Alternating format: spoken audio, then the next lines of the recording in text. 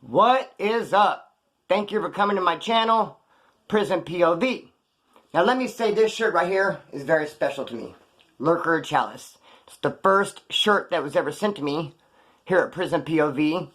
And it's just really cool. I love it. I've known about Lurker Chalice, heard them a long time ago. What's really cool about them, it's a one-man band. One dude creates all the music. Love Lurker Chalice. And after I got the shirt, started listening to them even more. Good stuff, man. The guy who sent me this shirt sent me some other stuff, and we got to talking. As it turns out, the guy who sent it to me is Lurker Chalice. He's a rest. It's Jeff. I mean, I knew him as Jeff, but yeah, Jeff Whitehead. Like, whoa. He's like, dude, I told you when I first sent you the shirt that it was me. I was the guy behind Lurker Chalice. I'm like, no you didn't. I'm pretty sure I would remember that. Like, hey, what's up, bro? Oh, damn, you're Lurker Chalice? Homie, I would remember that. But, dude, be that as it may. Shout out to the homeboy. Homeboy Rest. He sent me some cool stuff too. This patch. And this, which is really cool. It's an album.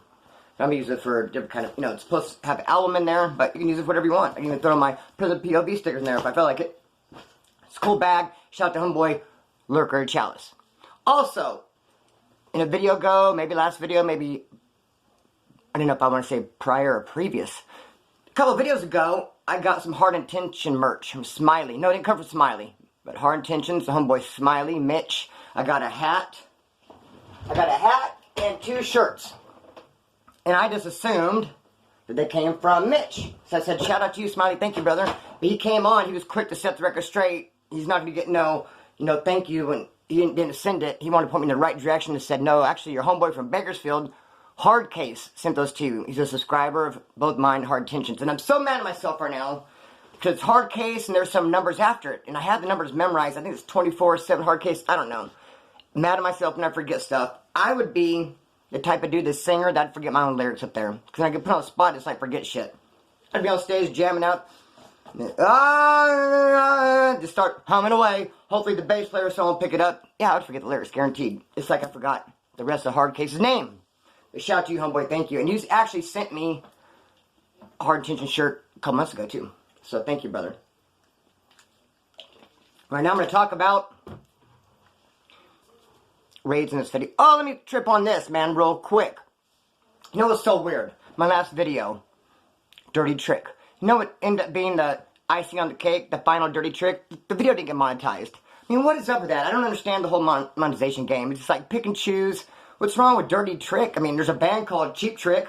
Like, hey, I went to see a concert last night. Who'd you go see? Cheap Trick? Don't say that. It don't sound right. It sounds kind of foul. No, there's nothing wrong with Dirty Trick or Cheap Trick. Would you rather be dirty or cheap, though? That's the question. That's what it boils down to. Be that as it may, they didn't monetize it. Whatever, but I think it looks like this. Somewhere in a YouTube lab, I get a phone call and, hey, Splinter just dropped a video. Oh, did he? Call in the air. Heads. Alright, monetize it. I'm going to look out for him this time. Oh, he dropped another one? Call it in the air. Ooh. We're not going to monetize. It's a coin toss, I believe. I don't know why they would just pick and choose. What's wrong with Dirty Trick? Whatever, though, man. So, I'm going to talk about raids today. This first story is about a raid. I was not even the one who got raided on. I didn't go to jail that time, but I was certainly involved enough in the story to be able to tell the story, obviously. So, fresh out. Bump into one of my homeboys, he's also fresh out. And I'm pretty sure he watches this channel. I'm pretty sure he already knows I'm talking about him. What's up, homie? So, fresh out. Bump into another homie who's fresh out. Let me just say this real quick, too. Gosh darn it, interrupt myself. I learned a long time ago never to point out any flaws in myself. Because I knew a girl a long time ago, and she pointed out a flaw that she had, and I would have never noticed it. Had she not said nothing. After she said it, though, it's like, it's all I can see. I learned from that, do not ever point out my own flaws. But I gotta point some out and say, damn, my voice sounds shot out. You guys hear that? What is up with my voice? I'm fresh out. Bumping into my homie, he's fresh out. He's staying like a halfway house. I come home to my inheritance. I got a home that I own now. Ooh, that came right out, huh? A home that I own now, and money in the bank. I'm doing good. I see him, what's up, homeboy? He's the type of dude, he's a baller. He always gets a big old sack and just starts pushing it. But when you're fresh out, you gotta start from the ground up. It takes you a minute to get there. So I decided to hook him up. I shot him $200 just to speed the process up, get him going so he can get something and get out of the halfway house. No one wants to come halfway home. Know what I mean? So he got out of the halfway house. I shot him $200. He got a little something. He was trying to get on his feet. He moved in with these two girls. I ended up dating one of the girls. No big deal. He don't care. He's more about his money. He wouldn't ship on it no one with the other. No big deal. I'm hanging out there a lot because my homeboy's there, and also my lady's living there too. My girlfriend I have now. Hanging out there a lot.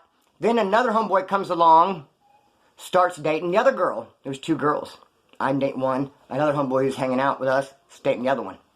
My homie who I loaned the $200 to, he's living there. He's got his own little room. He ain't tripping that me and homie hooked up these girls. He can give a fuck less. He's worried about his money, like I said. But it did start to kind of affect the dynamics a little bit. At that point, I don't know if it was like the third wheel situation, but at that point, him and the girl who, it was her apartment, really started bumping heads. For some reason, they were not getting along at all. I remember one time I was over there, and I was in his room hanging out with him, and there's a cup of water, and we looked, and his phone was sitting in the cup of water. Now he really knows what I'm talking about, if he's watching. His phone was in a cup of water. He's like, what the fuck? There's no one really there at the apartment who could have done it. I right away drew the conclusion, either he did it or homegirl did it. One of the two. Like, I know I didn't do it. He's like, damn, homegirl put my phone in the water. But then again, why would she do that? I was like, did you see her do it? It's like, pfft, I blew it off. I really didn't give a fuck. They were tripping on that. Pfft, whatever, dude. His phone's in the water. Get a new phone, dog. That's weird. So they were not getting along. Then all of a sudden, a plan develops. We're going to Disneyland. I didn't plan the trip. It wasn't my deal. My girlfriend who I was with, you know how that works. Girlfriend sets it up like, come on, we're going to Disneyland. Her homegirl came up with the plan. I'm going, and so is a dude who's dating the chick. 4 of us, 2 dudes, 2 chicks, in a car, 2 up front, 2 in back. Homeboy who I loaned the money to, he moved in there. I could tell he's, you know, a little bit like, how come I'm not going to get invited? But just like I said, 2 up front, 2 in back, 2 couples, like, you know, we're going to get 2 different rooms. What are you going to go with us? You're really going to be, it's like a date kind of. And it wasn't just going to go to Disneyland, we're going to be gone for like 3 or 4 days. Hang out in Orange County, went to the beach, all kinds of shit. I could tell he was a little bit, felt left out, like it was fucked up, like how come he didn't get invited. I didn't really pay too much attention to it, I was just doing my own thing. So, we ended up going, Orange County, Disneyland. Now let me just say this real quick. We have something in Bakersfield called BFAT. Bakersfield Felony Apprehension Team. Once they get your file, it's a rap-ski. They're coming for you, and they're going to get you within a couple days. Now, if you get out of the pen and you get scanned, they're not going to look for you. No one's coming, unless somehow BFAT decides to come looking. When they get that file, like I said, it's a wrap. So, we're in Disneyland, Orange County, whatever, hanging out. Get a phone call from homeboy. He said, dude, fucking BFAT's here, dog. Got the apartment surrounded. He was upset, put it mildly. Like, what the fuck? And he didn't say it, but it's kind of like, if I'd gotten invited to go to Disneyland, I'd be there with you guys and not here. With the cops surrounded the pad, beating on the fucking door. He's like, fuck, you know you're gaffled up, you're going. He's like, well, what am I going to do now, dog? I just started making those calls, homeboy. They got you. There's nowhere you can, there's nowhere you can go. You're not going to get away from them. They're out there, they're fucking coming in. He's like, fuck, man. Upset, and I can understand why. Mind playing games with them, like, you know, what the fuck, they're there, like, what the fuck? I'll get there, I'm rushing a little bit. So he's like, what the fuck? He goes to jail, we end up coming home, out of sight, out of mind, really. And he started going, homeboy, shit, I'm upscounting, I'll be up in there in a minute. I'll see you soon. I wasn't really tripping on it. But then, not too much later, not even a month, I'm in my house, sleeping. My sister stayed over that night. I have a big-ass house. My mom had her living with me. Me and my girlfriend in my bedroom, sleeping. I had my days and nights mixed up, so I'd crash out like at 7 a.m. I'd wake up at 7 p.m., stay up all night.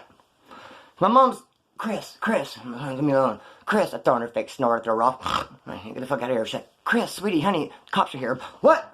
Wide awake then. Cops are here? What do you mean? What the fuck? Yeah, it's like, one out front, one out back, and one on either side. You want a hot pocket? Like, I don't want a fucking hot pocket. What do you mean the cops are here? Like, damn. I'm looking, sure enough. Like, damn, do you start going through changes? Like, what in the fuck? Do you don't want to go to jail, but you know it's coming. There's no way you can get out of it. I thought, man, I'm going to addict. But that thought they came in, like, they're coming in. My mom would be like, no, I haven't seen them. I mean, she may or may not. You don't want to put mom in a position where she has a lie anyway. I end up just saying, fuck it, man. Opening the door, answering it. They end up gaffling me up. But I had put, I know you guys heard this part before, I put a whole bunch of heroin, hooped it, a big old bag, but didn't tie it. I just assumed it was, I twisted it. And it hit me. By the time it hit me, fairly quickly, I was in the cop car, I was out. I woke up in the hospital. Before the cop took me out, I was cold though. It was October. I just got out too, so I was out June, July, August, September, 4 months. 1st of October. Kind of chilly. I tell my old lady, grab me a sweater to wear. I had this one sweater in my closet. It's where I keep the scales, the baggies, some dopes, some needles, a bunch of dope paraphernalia and shit. She reads me that sweater. I put it on, I can hear it's all clanging. I'm like, no, not this one. Doesn't match my shoes. I know I've said that before too. I know a lot of you guys, you call me out on it too. If I repeat something, someone will come to comment and say, hey, we heard that one before. But you know what? Things are going to overlap, man, like they do. Sometimes you might have to hear something twice. But I'll come at it from a different angle, like this, because now I find myself getting busted by the fucking beef fat. Just after Dude did. Going to county jail. Kicking like Bruce Lee. What I really remember about being in county jail that time is you cannot eat when you're kicking. No way. I remember going to county jail my very first time ever. My cellie had brought some heroin in. He did it. And he started eating breakfast. Like, you could eat on that shit? And he goes, dude, I can't eat unless I do it. I didn't understand. Now I get it. Now I get it. Because you're kicking. You ain't gonna eat. I could not eat for nothing. I was giving my trays away. Then that day came. I was ready. I was starving. I could not wait for dinner. It was Friday. Fish Friday. California, they always give you a fish patty on Friday. Man, that freaking fish patty sounded so good. I was gonna make love to that motherfucker. Oh, I was so starving, Marvin. I already gave my lunch away. Oh, I couldn't wait. Dinner came. I set it down. They gave me a little Kool-Aid packet. I ran out to get a cup to make some Kool-Aid. I walked away from my tray. Those scoundrels that were sitting at the tray at the woods just snatched it up. I think I said, hey, I'm gonna eat this tray tonight, guys. I'm hungry. I'm pretty sure I mentioned that. That fell on deaf ears. They, in one ear and out the other, choose to ignore that. Because I came back and I seen them eating that sandwich and my fucking heart broke. Fucking starving Marvin. And I had candy bars and shit, but I wanted a fucking hot meal. Anyways, catch ICDTP. Go rolling in there, and there's 4 different dorms. Who do I see? The homie. The one who got raided while I was in Disneyland. It's like, what's up, dog? He's a good friend of mine. So we're chopping it up, chatting it up. And we don't bring up the elephant in the room that, hey, both of us has got raided. Like, who told? What happened? We didn't even bring that up. Until like a week or so later. Come up on some speed. We end up doing it. And we find a freaking syringe that was taped up under the bunk. And just use it. Man, I thank the Lord this day that I didn't come up with no crazy diseases. I've used some random syringes. It's been several years since I used a syringe, and I've had all my tests and everything. I kicked hepatitis C with the pills they gave me. Never got the HIV. Praise the Lord. But yeah, grab some oh, look, what's this? Oh, syringe. Cool, let's use it. As soon as we did the speed, we was, all right, who's the mole? We start talking, like, tripping. Then we came out with it was the girl, we start saying, the one who's the apartment. He's like, yeah, remember she put my phone in the water. She didn't like me. She wanted me out of there. And then I was thinking, yeah, and then after we came back from Disneyland, her and that one dude ended up breaking up. So she was hanging out at my house a lot. And maybe she was jealous. She wanted my old lady back to be her friend. They weren't like, not weird. They're just good friends. I learned a very important lesson on that one, too. From now on, never will I date a girl, get involved with a girl who has a real good best friend, best buddy. That best buddy's going to get in there, mess it up every time. I'm not going to let you take the homegirl away. It's cool when she's dating somebody. Yeah, it's all gravy. Then when that boyfriend splits and she's going to come over and she's going to, it'll mess up the dynamics. So, I said all that to say this. Where the fuck was I going with that shit? I just drew a straight blank. Oh, we got the speed. We're thinking it's homegirl. I'm like, yeah, she wanted me away from her friend. He's like, yeah, she wanted me out of the apartment.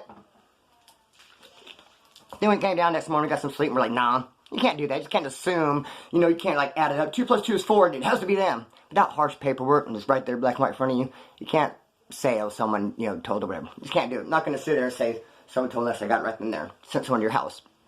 But the phone, they're tweaking to connect the dots. The next day, we're like, nah, who knows? Let's just chop it up to fucking beef fat. It's good at their fucking job. They get people out the streets. And matter of fact, that girl, she was bringing my girlfriend to come see me. She started visiting him. Which I didn't see that coming. Like, he's like, yeah, it's been a long time coming. I'm like, really? I thought you guys hate each other. But okay, cool. Started visiting, and everything's fucking good. Was that the end of that motherfucking story? Think so. You know what else is funny? I gave him a pair of shoes, Etnies shoes. They're black. They had some